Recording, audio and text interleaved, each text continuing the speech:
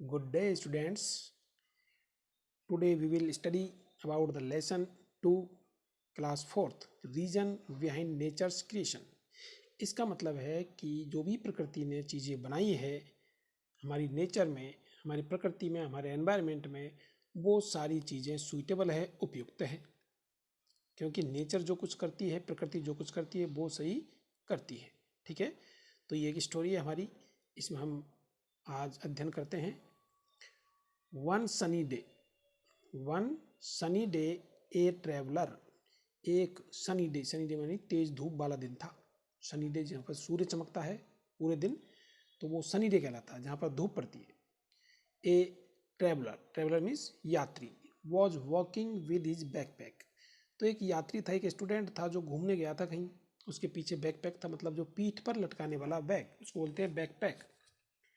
He was very tired, अब वो घूमते घूमते थक गया। ही वॉज वेरी टायर्ड, वह थक गया था। एंड वॉन्टेड टू रेस्ट, और वो रेस्ट करना चाहता था। वॉन्टेड मीन्स चाहता था, टू रेस्ट यानी आराम करना चाहता था। But could not find a single tree around, लेकिन उसको एक भी पेड़ नहीं मिला। सिंगल, एक भी पेड़ उसको नहीं दिखा उसके चारों ओर अराउंड, जिससे कि वो आराम कर सके। ही केप्ट वॉकिंग, वो घूमता रहा, टहलता रहा। And walking until he reached A garden, वह तब तक घूमता रहा जब तक कि वो एक गार्डन में, बगीचे में नहीं पहुंच गया। रीच्ड यानी पहुंचा, तो वह गार्डन में पहुंच गया। Filled with lovely trees and flowers, वह गार्डन भरा हुआ था। फिल्ड यानी भरा हुआ, with lovely trees and flowers, उसमें प्यारे प्यारे पेड़ थे और फूल भी उग रहे थे। Many miles without trees and suddenly a beautiful garden here. अब वो क्या सोचता है, वो जो छात्र घूम रहा था बैकपैक लगाकर, वो सोच रहा है कि इतने मील में पैदल चला, मैनी माइल्स विदाउट ट्रीज, लेकिन रास्ते में मुझे कोई भी पेड़ नहीं मिला, विदाउट ट्रीज। एंड सडनली, और अचानक ही, ए ब्यूटीफुल गार्डन हेयर, यहाँ मैं क्या देखता हूँ, अचानक ही एक ब्यूटीफुल गार्डन है, सुंदर बगीचा है। ऐसे कैसे हो सकता है? How foolish the creator must be. अब ये कहता है कि प्रकृति बनाने वाले ने, इस बगीचे को बनाने वाला जो भी भगवान है, ये कोई भी है, ठीक है, क्रिएटर यानी बनाने वाला, मस्ट बी फुलिश, या तो वो मूर्ख होगा कि पहले तो कुछ नहीं था जो मैं घूम रहा था और अब एकदम बगीचा आ गया। तो हाउ फुलिश द क्रिएटर, बनाने वाला कितना मूर्ख होगा। थॉट द ट्रेवलर, उस यात्री ने सोचा जो बैकपैक लगाकर घूम रहा था। The trees were full of oranges, पेड़ों में क्या थे, ऑरेंजेस, संतरा थी पेड़ों में। एंड अदर जूसी फ्रूट्स, और कई रसदार फल। जूसी फ्रूट्स मीन्स रसदार फल। The traveller heartily feasted on the fruits, उस ट्रेवलर ने, उस यात्री ने उनका जूस पिया। हार्टली फीस्टेड, और उसने मतलब खुश होकर, हार्टली फीस्टेड पूरी दावत उड़ाई, तो खुश होकर उसने दावत उड़ाई। While eating he observed the pumpkin, जब वो फल खा रहा था, ही ऑब्जर्व्ड, तो उसने देखा, उसने अवलोकन किया। ही ऑब्जर्व्ड, सोच रहा था खाते खाते वो, कि the pumpkin patch, pumpkin means होता कद्दू, पैच मीन्स होती पंक्तियाँ, एक पंक्ति में कद्दू ही कद्दू थे। देखो ऊपर दिखा रखा है ये पिक्चर में, कद्दू की पंक्तियाँ हैं, मतलब कद्दू भी उग रहे हैं। तो वो सोचता है कि pumpkin patch which was next to the orange trees, जो कि ऑरेंज के जो पेड़ थे उनके जस्ट नेक्स्ट था, मतलब उनसे आगे थे कद्दू। There were huge pumpkins, huge means विशाल, पंपकिन्स मीन्स कद्दू, तो वहां पर कद्दू उग रहे थे, बहुत सारे कद्दू आ रहे थे उनकी बेल में, ठीक है, ग्रोइंग, उग रहे थे ऑन द ग्राउंड, जमीन पर। अब कद्दू की बेल जमीन पर उगती है, इसलिए कद्दू जमीन पर ही आते हैं, ठीक है, कद्दू ऊपर नहीं आते, कद्दू का पेड़ नहीं होता, कद्दू की बेल होती है। तो कद्दू की बेल में कद्दू आ रहे थे बहुत सारे। लुक एट देम, उनको देखकर। Round and huge yet on such a thin and flimsy creeper, अब वो बड़े बड़े कद्दू थे, राउंड एंड राउंड, गोल गोल, ह्यूज मीन्स विशाल, लेकिन फिर भी on such a thin flimsy creeper, किस पे आ रहे थे, थिन पतली सी, फ्लिमसी कमजोर सी, क्रीपर यानी बेल, ठीक है, थिन यानी पतली सी, फ्लिमसी यानी कमजोर सी, क्रीपर यानी बेल, क्योंकि बेल में आते हैं कद्दू, लौकी, ये चीज़ें होती है वो बेल में आती है।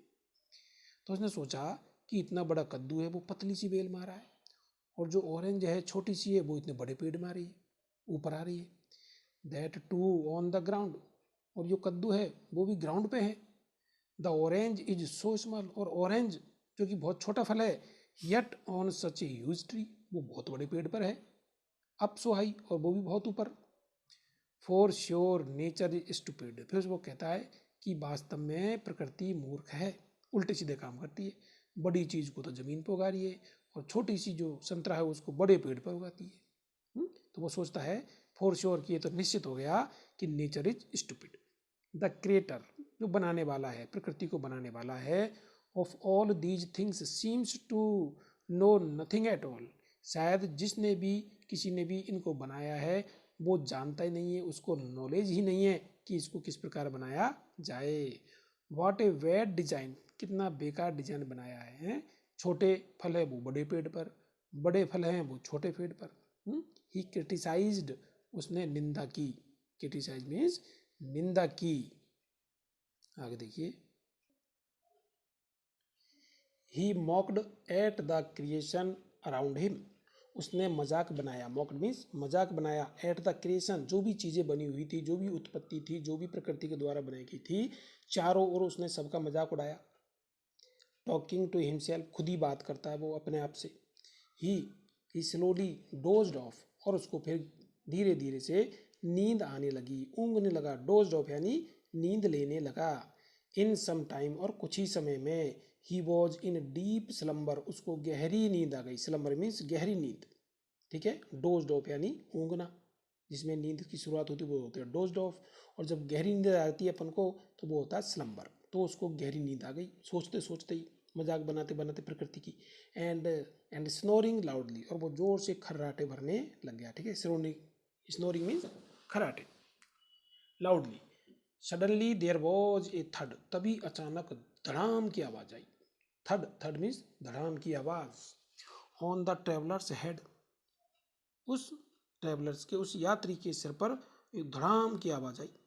The traveller woke up frightened and confused, अब वो जाग गया। वोक अप मीन्स जागना, फ्राइटेंड और वो डर गया, एंड कन्फ्यूज्ड और वो भ्रमित हो गया कि ये क्या हुआ। ही लुक्ड अराउंड फ्रेंटिकली, और वो भयभीत होकर फ्रेंटिकली चारों तरफ देखने लगा। And trying to figure out what is what, और वो मालूम करने लगा कि आखिरकार ये क्या था। फिगर आउट मालूम करने लगा, व्हाट इज वॉज, कि वो क्या है जो धड़ाम की आवाज आई उसके सर पर, आखिरकार वो था क्या। As he looked around him, जब उसने अपने चारों ओर देखा तो ही सा, उसने क्या पाया। N orange lying by his side, तो उसके बगल में एक ऑरेंज पड़ी हुई थी। लाई यानी पड़े होना, वाई हिज साइड अपने पास में। What had fallen on him was just an orange, जो भी चीज गिरी ऊपर से उसके सर पर वो क्या था, एकमात्र ऑरेंज था। तो सो रहा था वो, और सोचता सोचते उसके सर के ऊपर ऑरेंज गिर गया पेड़ पे से, तो उसने सोचा कद्दू गिरा है। Suddenly the traveller realised something, तभी अचानक उसके दिमाग में कुछ विचार आए और उसने महसूस किया। अब उसने क्या सोचा देखिए, what if the pumpkin had fallen, उसने सोचा कि क्या होता यदि पंपकिन ऊपर से गिरता। है ना इंटरेस्टिंग बात।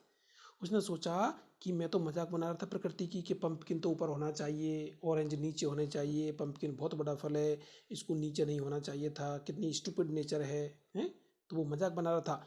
अब मानो यदि पंपकिन ऊपर होता और उसके सर पर गिर जाता तो क्या होता।